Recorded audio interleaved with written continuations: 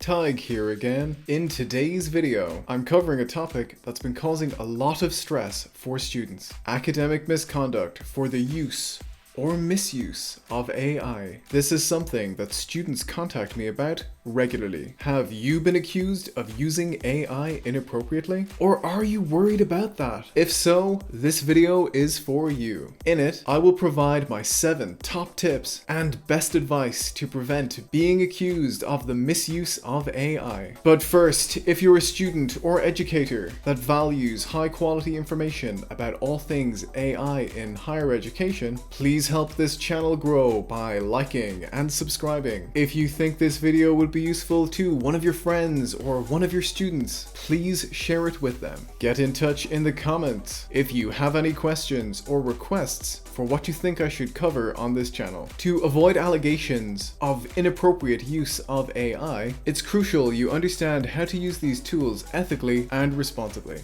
This isn't about finding ways to cheat the system, it's about using AI to enhance your learning and not replace it. I previously made a video about all the ways you can ethically use AI, linked on screen now, but this video offers some advice for how you can avoid being accused. Let's break down the key strategies you can use right now. 1. Transparency is key. First and foremost, you have to be upfront about your use of AI. Many universities now have clear policies on AI, so read them carefully. If you're unsure, ask your lecturer or tutor for clarification. Acknowledge your AI use. If you've used AI for brainstorming, research, summarizing, or even editing, clearly state this in your assignment. Include this information on a cover page. If your institution don't demand a sheet where you disclose your AI use. All educational institutions value honesty and are more likely to be understanding if you're transparent. Do not submit AI-generated work as your own. AI can assist, but should not replace your original thinking.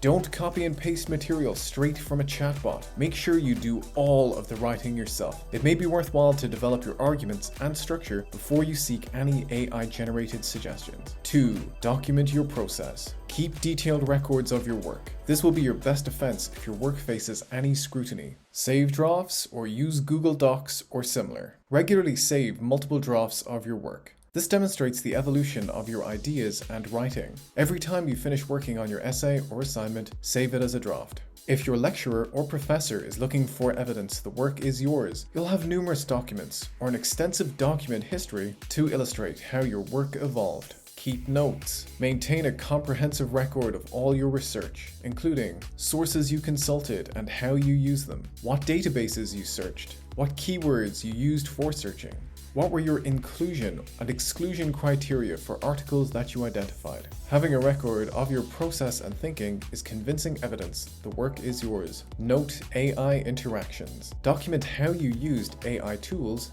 if you did. For example, note the prompts you used, the AI's output, and how you edited or revised that output. If you're using AI to polish your writing, keep a record of the work from before you used AI. If Grammarly or a similar tool is part of your word processing software, I would avoid using it until the assignment is close to completion. That way, you can show a version of your work prior to the use of any AI if requested. 3. Don't be lazy. We already covered not copy-pasting AI-generated content, but I would go further than that. Don't use anything generated by AI without proper editing, fact-checking, and citation. Make sure that all the citations that you've included in your work are real and that they really do support the claims and statements that you're making. Run plagiarism checks on AI-generated text. Most universities will offer some access to a plagiarism checker. Find citations that support the ideas or claims in the AI text and let this activity stimulate your own thinking. Even if you love the output that you've got from a chatbot, don't use it verbatim. Instead, rephrase and critically engage with it. Check it for accuracy and try to find sources that support the same idea. Don't avoid using your brain and doing some work if it is clear that your lecturer or professor has specified that AI use is not permitted for the assignment. 4. Showcase what AI can't do. Remember, AI has limitations. Emphasize the skills and insights that only you can bring to your work, like critical analysis. Demonstrate your ability to critically evaluate information, analyze arguments, and form your own opinions. AI can generate text, but it can't replicate genuine critical thinking.